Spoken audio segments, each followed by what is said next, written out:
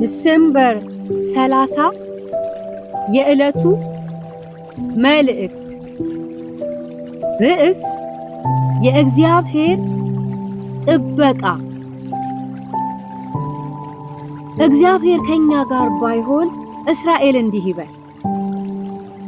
እግዚአብሔር ከኛ ጋር ባይሆን ሰዎች በእኛ ላይ በተነሱ ጊዜ፣ ቁጣቸው በላያችን በነደደ ጊዜ፣ በዚያን ጊዜ ሕያዋን ሳለን በዋጡን ነበር። በዚያን ጊዜ ውሃ ባሰጠመን ነበር። በነፍሳችንም ላይ ፈሳሽ ባለፈ ነበር። በዚያን ጊዜ የጎርፍ ውሃ በነፍሳችን ላይ ባለፈ ነበር። ለጥርሳቸው ንክሻ ያላደረገን እግዚአብሔር ይባረክ። ነፍሳችን እንደ ወፍ ከአዳኞች ወጥመድ አመለጠች። ወጥመድ ተሰበረ፣ እኛም አመለጥን።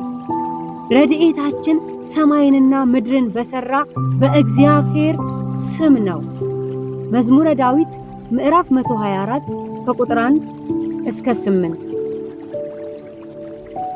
ጠላት በእስራኤል ላይ ሲነሳ አምልኮዋ እንዲበረዝ፣ ኢኮኖሚዋ እንዲደርቅ፣ ማህበራዊ ህይወቷ እንዲበላሽ፣ የሞራል ውድቀት እንዲፈጠር፣ የተፈጥሮ ሀብቷ እንዲነጥፍ፣ የግንኙነት መስመሯ እንዲበጠስ፣ በአጠቃላይ ዝክረ ስሟ እንዲደመሰስ የማያደርገው ጥረትና የማይፈለቅለው ድንጋይ የለም።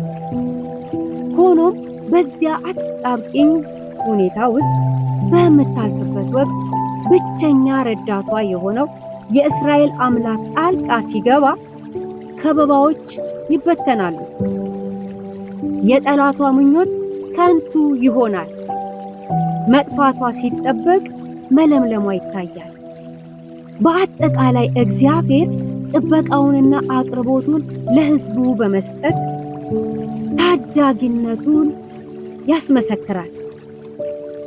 እኛም በምናልፍበት የህይወት መስመር ውስጥ አንዱ ፈተና ሌላውን በመጋበዝ በቅብብሎሽ ሊያንገላቱንና ህልውናችንን አደጋ ላይ ሊጥሉ የሚመጡ የጠላትና የሰራዊቱ ብዛት ቢኖሩም እንኳ እስራኤልን የሚጠብቅ የማይተኛ ደግሞ የማያንቀላፋው ታዳጊው አምላክ ጣልቃ በመግባት ይታደገናል።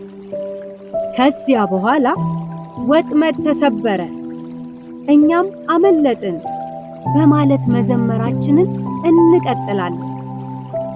ይህ እንዴት ሊሆን ቻለ በማለት ለሚጠይቁ ሰዎች ምላሻችን ረድኤታችን ሰማይንና ምድርን በሰራ በእግዚአብሔር ስም ነው በማለት እንመልሳለን። በዚህ ቀን የእግዚአብሔርን ጥበቃ፣ ትድግና፣ ረድኤትና መልካምነት በሕይወታችን ዘመን በሙሉ አይተናል የሚሉ የእግዚአብሔር ልጆች ቢኖሩ ይህን መዝሙር በማስተዋል በመዘመር ለአምላክ ክብርን ይስጡ።